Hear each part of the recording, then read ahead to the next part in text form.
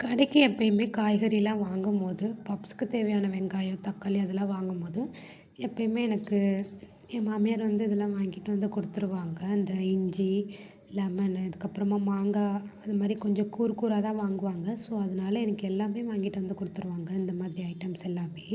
So, அதனால எனக்கு நான் வெளிய வாங்கணும் அப்படின்றது நான் கடைக்கு போனாலும் சம்டைம்ஸ் அத மறந்துட்டு வந்தாலுமே எனக்கு அது ஒரு பிரச்சனையா தெரியாது. ஏன்னா, இவங்க வாங்கிட்டு வந்து குடுத்துடுறாங்க அப்படின்றதுனால. லெமனு, இஞ்சி, அப்புறம் பச்சை மிளகாலாம் தேவைக்கு அதிகமாவே வாங்குவாங்க. ஸோ, அங்கேருந்து எனக்கு எடுத்துகிட்டு வந்து குடுப்பாங்க, அவங்க வாங்கும்போது. ஏன்னா, அவங்க கோயம்பேட்ல தான் வாங்குவாங்க அப்படின்றதுனால, அடிக்கடி எனக்கு எடுத்துகிட்டு வந்து குடுத்துட்டு போயிடுவாங்க.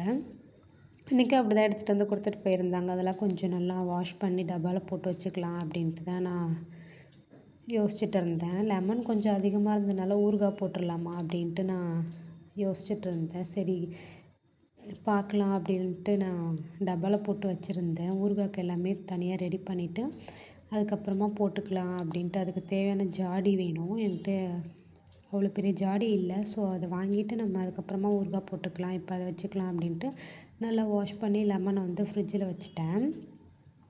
பச்சை மிளகாய் மட்டும் நல்லா காம்பு கிள்ளி அத வாஷ் பண்ணிவிட்டு அது வெளியே தான் வச்சுருக்கேன். கொஞ்சம் ஆறட்டும் அப்படின்ட்டு. ஏன்னா தண்ணி ரொம்ப அதில் இருக்குது. தண்ணிலாம் வடிச்சுட்டு அதை வேறு டப்பால மாற்றிட்டு தான் அதை நான் ஃப்ரிட்ஜில் ஸ்டோர் பண்ணி வைப்பேன்.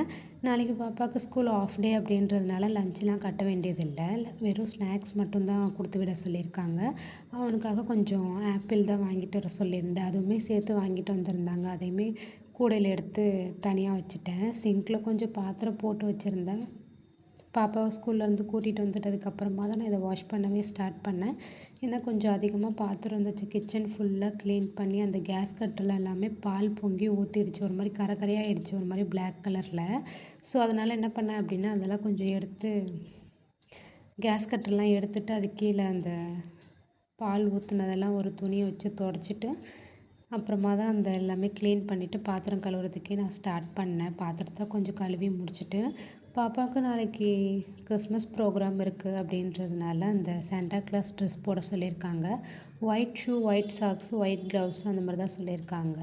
ஷூ வந்து நான் நேற்று தான் வாஷ் பண்ணேன் அப்படின்றதுனால டெய்லியும் வாஷ் பண்ண மாட்டேன். ஒரு நாள் பாலிஷ் போட்டேன் அப்படின்னா ஒரு நாள் வாஷ் பண்ணிவிடுவேன். அந்த மாதிரி தான் நான் பண்ணிகிட்டு இருக்கேன். ஏன்னா ரொம்ப நேரம் போட்டு தேய்ச்சோம் அப்படின்னா ஷூ ஒரு மாதிரி சீக்கிரமாக போயிடும். ஸோ, அதனால் பாலிஷ் போட்டு அதை இது பண்ணிடுவேன்.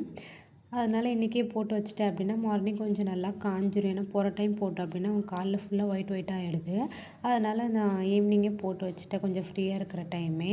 இது மாதிரி இன்னொரு வீடியோவில் பார்க்கலாம். என்னோடய வீடியோ புதுசாக பார்க்குறீங்கன்னா மறக்காமல் சப்ஸ்கிரைப் பண்ணிவிட்டு பாருங்கள். பாய். See you the next video.